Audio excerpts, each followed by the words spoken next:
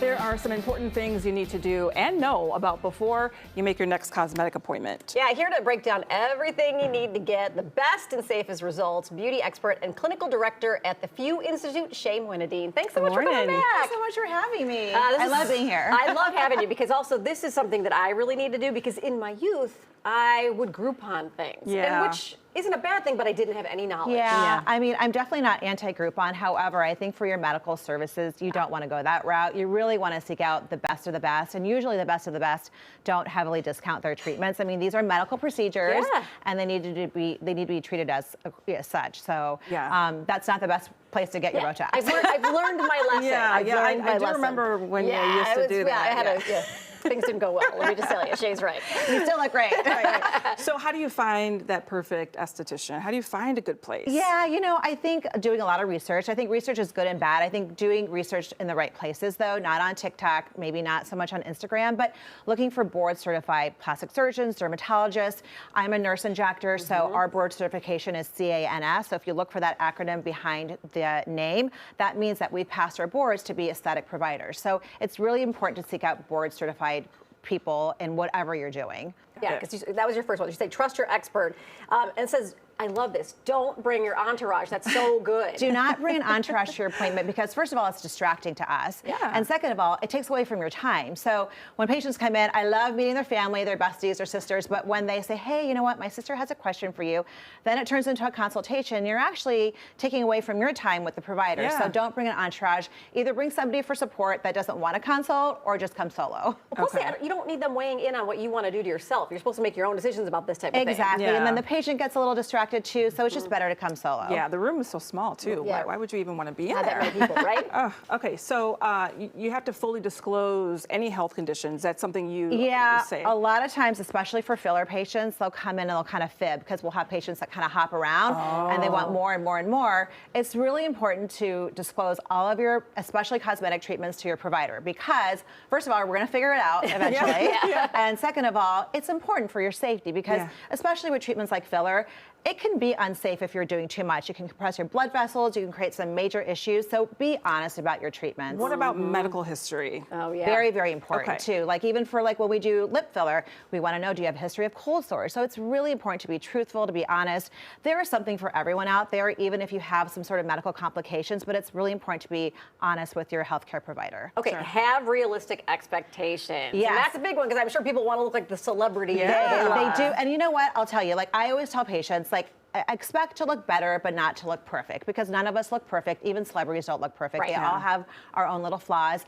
I love when patients bring in pictures of celebrities because it kind of helps to guide the conversation and I get an idea of what they want. However, don't ever expect to look like somebody else. It's just not going to happen. It's not safe. It's not practical.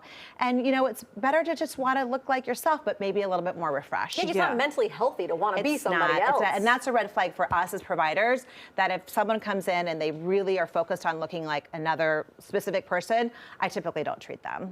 Is there ever a case where you turn someone away because they have had too much, or they're just not expecting? Or they don't have realistic expectations, or they don't have, you know, they've got some sort of health complication where they're not a candidate for certain treatments.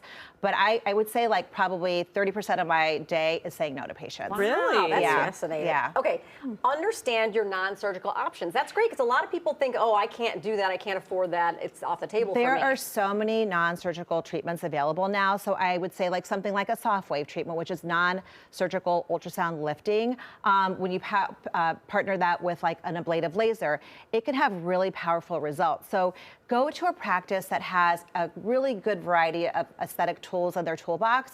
If you go to a practice that's just focused on surgery, that's oftentimes the way they're going to steer you. You know, lasers, skin tightening devices, microneedling. There's so many other non-surgical things you can do to maybe, you know, kind of delay having surgery, or for some patients who can't afford it, don't want to have it, there's so many other things that you can do that don't involve surgery. Got it. So for someone who is wanting an esthetician, wanting to have a procedure or treatment done, what's the very first thing you would advise them to do? I would say, first of all, look at your skin. I think skin is like the easiest thing to treat. And, you know, oftentimes, you know, now people are better about using sunscreen and, protecting their skin against, UVA, UVB. But I would say start with good skincare. That's the biggest thing first.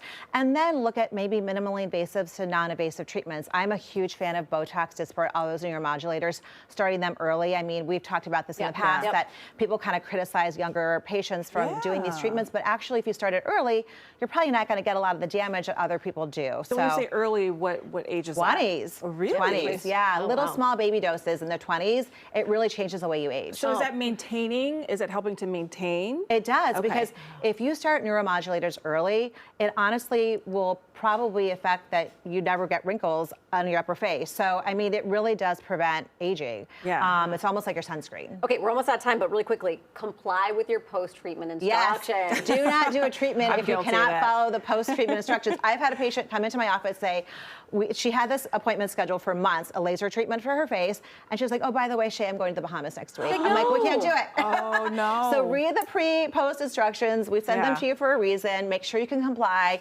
Don't, because it's for your safety too, because you're investing all this time and money, and it's really for your safety, so. Fantastic tips. Great Thank advice. you. Great advice. All right, well, thanks so much. We appreciate you being here. You can follow Shay. FewInstitute.com is the website, but follow her on social media. Great follow. Shay Beauty RN is the handles. Thanks so much. Thank you guys for Thank having you. me.